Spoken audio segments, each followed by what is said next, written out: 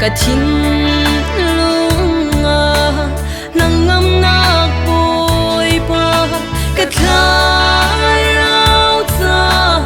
zung zai nam nak boy ka ro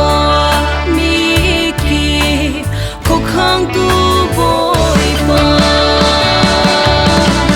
kan sin kan sei song hi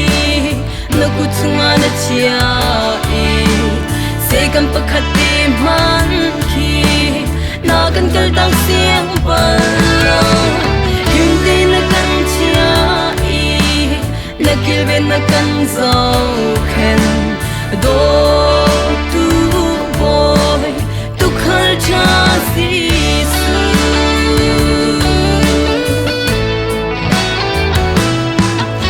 ka tan sa cha ka pa chan na si ka thin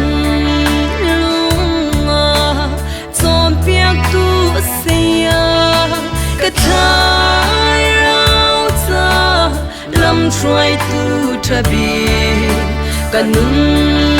nak a uk tu boy na si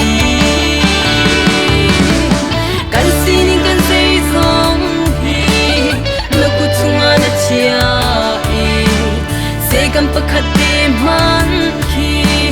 na kan kal tang siang pala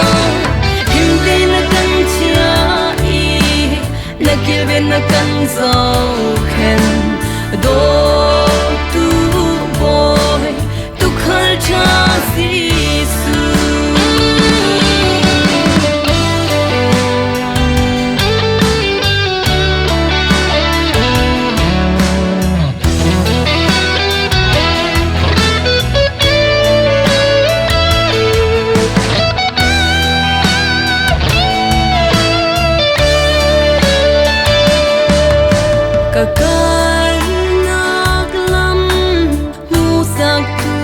si ka thu di na a ka ro piak tu ka i cha na a ka thim tu ho na tang ne ma nau bang na ka pom kan sin kan sei song hi na ku chunga na chia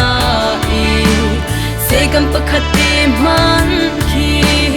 na kan kal tang siang pala him te na kan chia i na kil ve na kan zo